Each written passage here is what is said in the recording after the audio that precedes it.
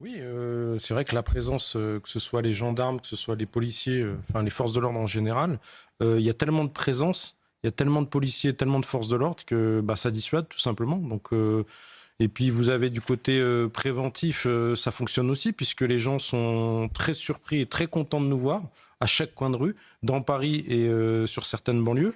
Maintenant, on reste attentif quand même par rapport à l'anticrime puisque la police au quotidien continue, donc vous avez encore quelques cambriolages, mais les chiffres, c'est vrai que de manière générale, les chiffres sont très bons. Après, quand vous allez dans les gares, pour rebondir sur ce que disait Madame Buisson, la rébellion, elle arrive parce qu'en fait, justement, on reconquiert le territoire par notre présence. C'est-à-dire qu'on est confronté à des délinquants qui n'avaient pas l'habitude, qui pensaient qu'ils étaient dans des zones de non-droit pour le français lambda, mais des zones de droit pour eux. C'est-à-dire ils font leur loi, que ce soit les marginaux, que ce soit les délinquants en général. Ils font leur loi dans certaines gares ou dans certaines banlieues, mais là, on est là. Et du coup, ça leur plaît pas beaucoup, et du coup, c'est là qu'il y a un transfert et il y a plus de rébellion et plus d'outrage rébellion. Excusez-moi, mais regardez les véhicules qu'ils ont, les collègues. C'est pas possible, en fait. Déjà, c'est déjà là qu'il faut se poser les questions. Véhicules blindés, effectivement. Déjà, ce serait peut-être la moi, j'en ai fait des escortes. On vous sollicite à 6h du matin. Donc, moi, je commençais à 6h30. Il fallait que je vienne plus tôt. Du coup, on venait à 6h. On nous donnait un pistolet mitrailleur. On y allait. Bon, on était vigilants et tout ça.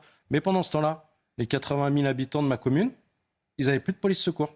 Donc je veux bien, on en parlait tout à l'heure avec les JO justement sur l'aspect missionnel. Mais si on commence, c'est pas pour mes collègues de la pénitentiaire, je dis ça, mais si on recommence à reprendre ces missions-là, parce que là il faut sécuriser ces convois-là. Mieux former, mieux sécuriser aussi la pénitentiaire. Exactement. Et je le dis souvent, en fait, c'est le niveau de violence qui a changé. C'est pas le nombre de faits, c'est le niveau de violence. C'est-à-dire qu'on fait face à des individus, à une société, de manière générale, quel que soit le délit de droit commun ou le crime, à une violence ça a été jamais vu. Et je pense qu'il faut vraiment se poser la question et dire voilà, qu'est-ce qu'on fait maintenant? Il faut trouver des solutions, il faut une réponse pénale plus ferme, il faut une organisation, une communication interservices, c'est clair, mais il faut donner plus de moyens à toutes les administrations publiques. L'ambition, parce qu'on parlait tout à l'heure de travail et de discipline, et puis je voulais rajouter ambition, la police a l'ambition, enfin les forces de l'ordre en général ont l'ambition que, en termes de sécurité, les JO soient une réussite pour montrer aux Français que parce qu'on sait que souvent, vous l'avez dit sur votre plateau, que les Français aiment, la plupart des Français aiment leur police, mais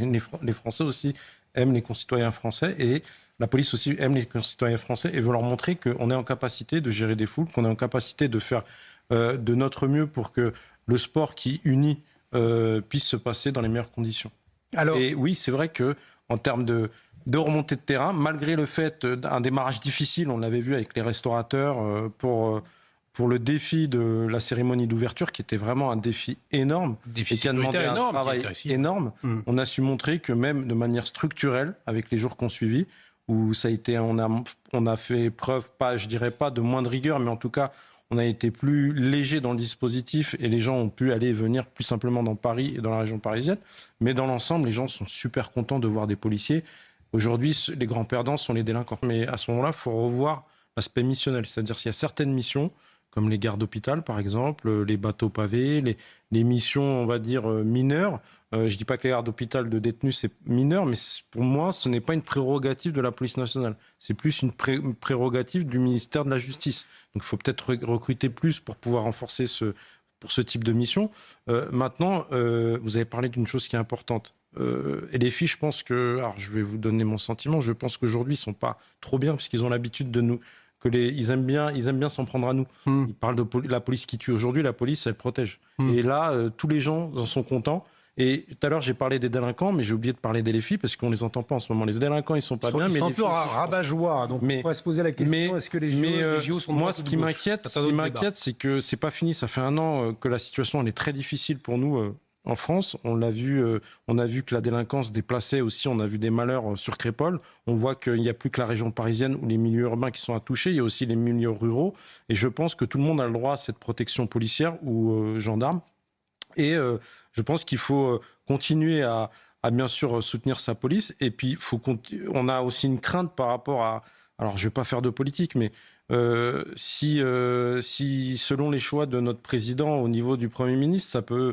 on a peur, nous les policiers dans les rangs en tout cas, je ne vais pas vous le cacher, on a peur d'un gilet jaune bis. Voilà. C'est-à-dire que certains politiques appellent à pas respecter le choix du président et qu'on appelle à aller dans la rue. Et puis là, du coup, le policier qui était un héros... Pour bien comprendre, voilà. Si Emmanuel Macron ne nomme pas Lucie Castet comme première ministre, vous craignez qu'ensuite tout ça se règle dans la rue, pour être plus clair. Voilà, c'est une crainte parce que les policiers maintenant sont devenus... il y a 26 ans, quand je suis rentré dans la police, c'était pas comme ça.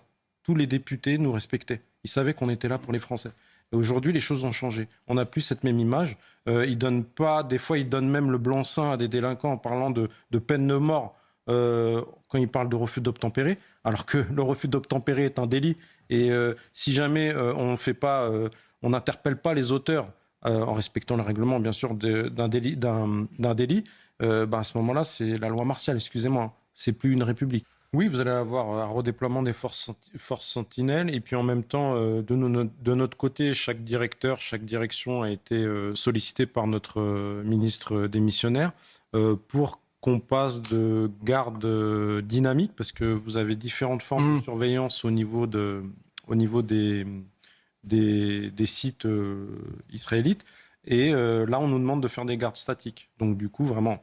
Mais je précise quand même qu'il faut l'accord.